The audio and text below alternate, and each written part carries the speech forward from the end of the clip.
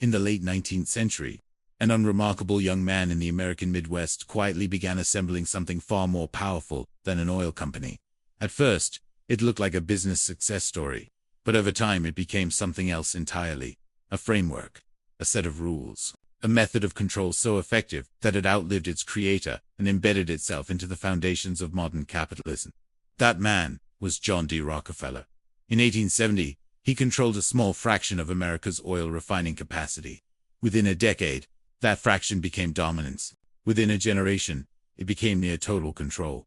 And when his empire was finally dismantled by the government, it didn't collapse, it multiplied. Because Rockefeller's real achievement wasn't oil. It was the system he engineered, a system that still shapes how power, wealth, and control operate today. The fuel in your car, the platforms on your phone, the banks you depend on, the medicine you're prescribed, all of them operate on principles first refined by Rockefeller more than a century ago. This isn't about conspiracy, it's about structure. Rockefeller was born in 1839 in rural New York. His upbringing was contradictory. His father was a traveling salesman with questionable ethics, often disappearing for long stretches. His mother was deeply religious, disciplined, and convinced that hard work and moral certainty were signs of divine favor. From this environment emerged a man who believed order was virtue and that chaos was waste.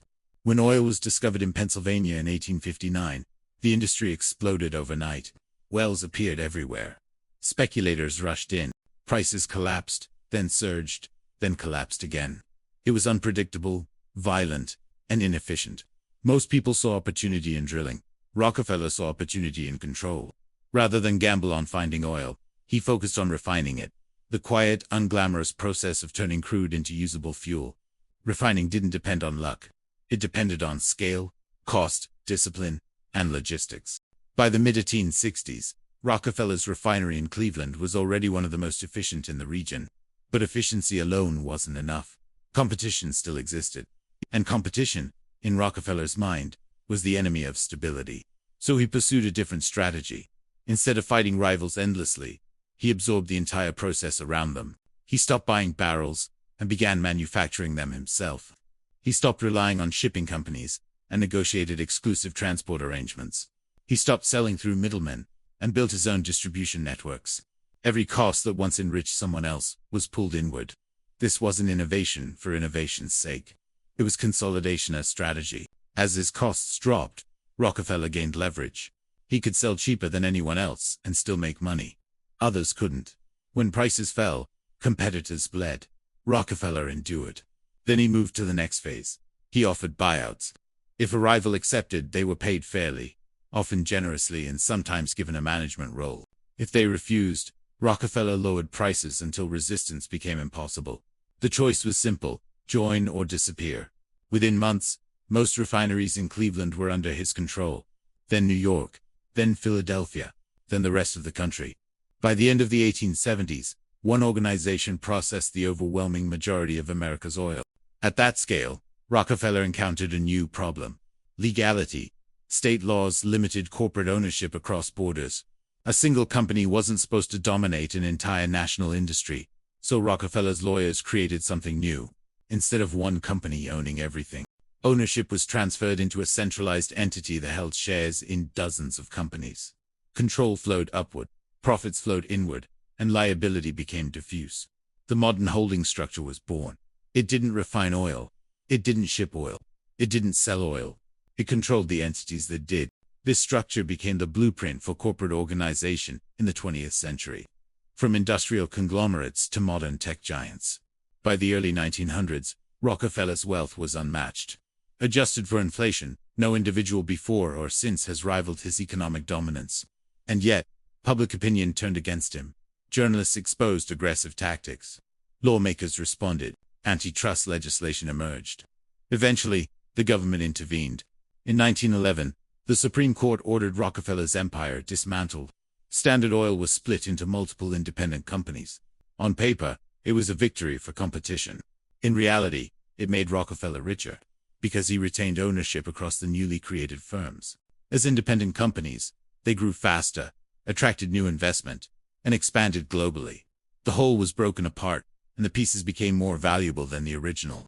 Over time, Many of those companies recombined through mergers. Today, their descendants dominate global energy markets. But oil wasn't Rockefeller's most enduring legacy. The deeper influence was philosophical. Rockefeller believed unregulated competition wasted resources, that fragmentation weakened industries, that consolidation created efficiency, and efficiency benefited society. This belief guided everything he built, and it spread. Retail followed the same logic. Finance followed the same logic. Technology followed the same logic. Healthcare followed the same logic. The names changed. The structure didn't. Large modern corporations control entire ecosystems, production, distribution, data, infrastructure. They acquire rivals early. They shape regulation. They operate across jurisdictions using layered corporate entities. And when scrutiny arrives, they adapt. Rockefeller also pioneered another mechanism of influence: philanthropy. Late in life, he shifted public perception by funding universities, medical research, and public health initiatives. Foundations bearing his name reshaped education, medicine, and scientific priorities. They also provided tax advantages, legacy control, and long-term influence beyond the reach of markets or elections. This model became standard practice. Today, the world's wealthiest individuals use similar structures, foundations, trusts, initiatives to influence policy, research, and social direction, while maintaining control over capital. Again, this isn't hidden, it's institutional. The result is a world where efficiency and concentration coexist. You benefit from low prices, fast delivery, instant information, and advanced medicine. At the same time, wealth accumulates upward, competition narrows, and alternatives vanish. It's not accidental. It's structural. Rockefeller didn't design a company meant to last forever. He designed a system meant to replicate. And it did. Over generations, that system became embedded into law, finance, and culture. It became invisible, not because it disappeared, but because it became normal. Understanding this doesn't require outrage. It requires clarity. You don't escape the system by rejecting it. You don't dismantle it by ignoring it. You recognize it by seeing the patterns. Control the supply chain. Reduce rivals. Influence regulation. Legitimize through philanthropy. Adapt when challenged. That is the method. It began with oil.